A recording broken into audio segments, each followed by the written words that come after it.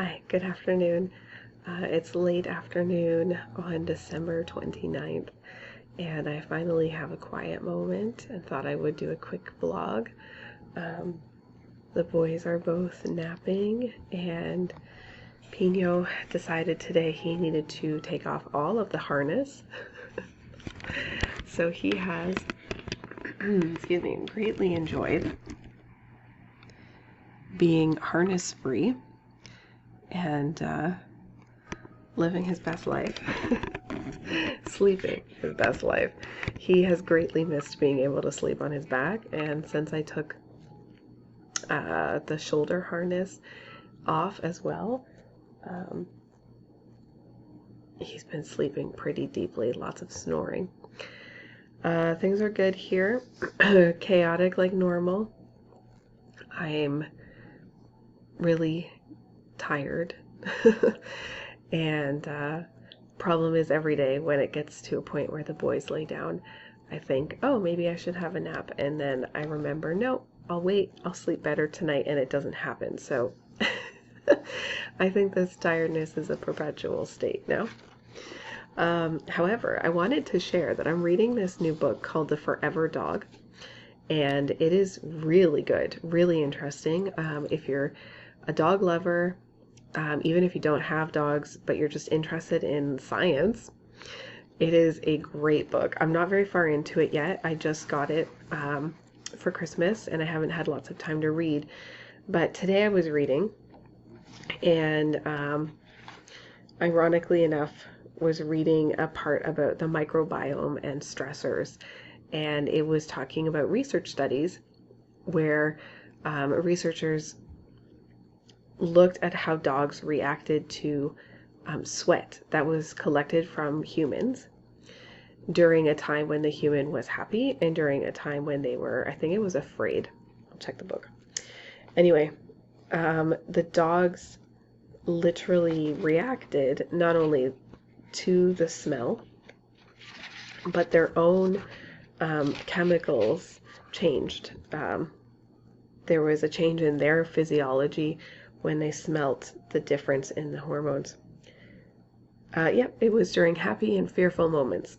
Excuse me. It was done by a researcher in Italy. And so the authors of this book worked with this researcher to do the study, and they asked him afterwards how we could help our dogs cope with our lives, because our dogs are reacting to how we smell. And the his name is Dr. Daniello, and he jokingly told them, as soon as you get home from work, you should shower, because whatever happened to you that day, whether you had a good day, a bad day, got into an argument with somebody, whatever the case is, when your dog comes to kiss you and smell you when you come home from work, they don't have much choice. They're going to have a physiological reaction to you and how you smell. However, he did later say that just practicing self-care, having techniques and habits to help us maintain homeostasis and return to that as quickly as possible, it was really important. And in here they've listed some other really interesting studies about dogs reacting to humans and our physical states and our mental states, and how even when we're not saying anything, we can't control it.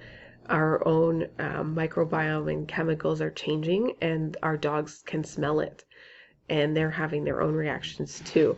So the chapter talked a lot about how, like children, dogs with parents who are, excuse me, maybe overweight or highly stressed or anger issues, all these kinds of things, that the dogs demonstrate really similar behaviors and in their health as well.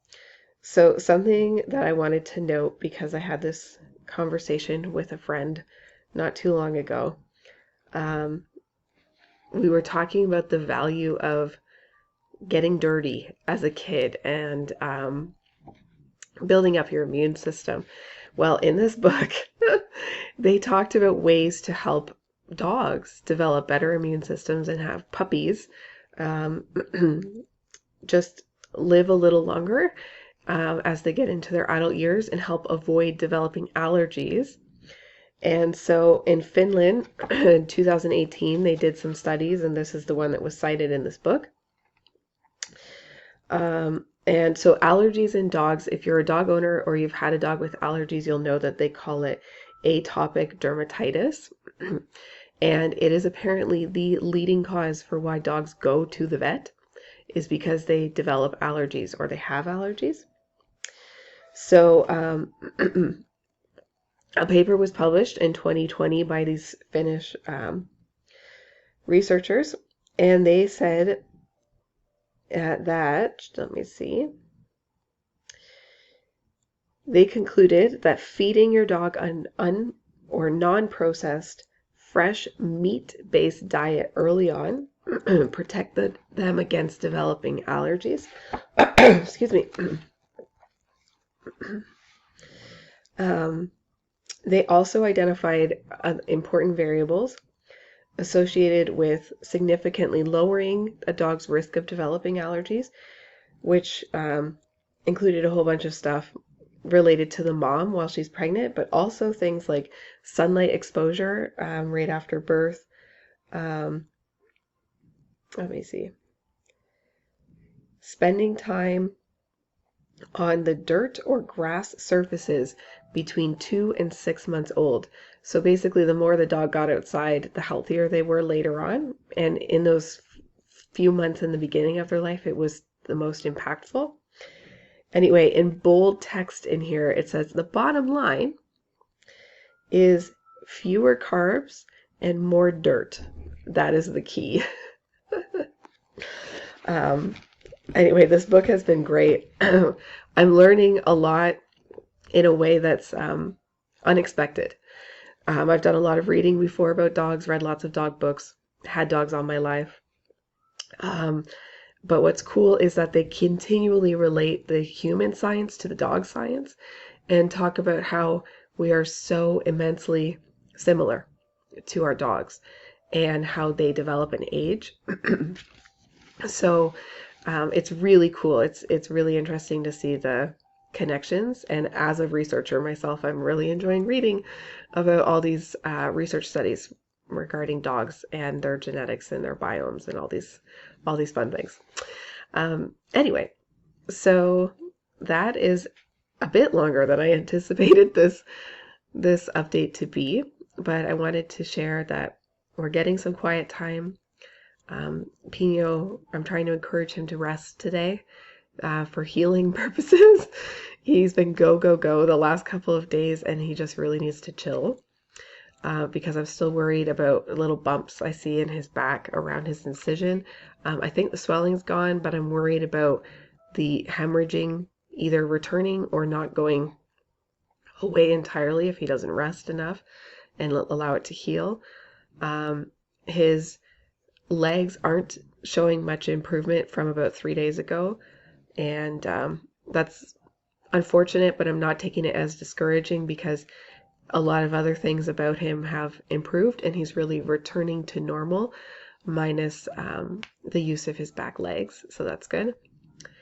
And yeah, and as far as I go, I'm hanging in there, trying to work things out with my ex through our lawyer, getting some more conversations started and trying to process the separation and just continue to move on with both of our lives. So there hasn't been a huge development on that front, and which is good. It's good if things are quiet. Anyway, yeah, I guess that's it for today. You can't hear, but I can hear Peño snoring beside me. I'm really encouraged that he's comfortable today.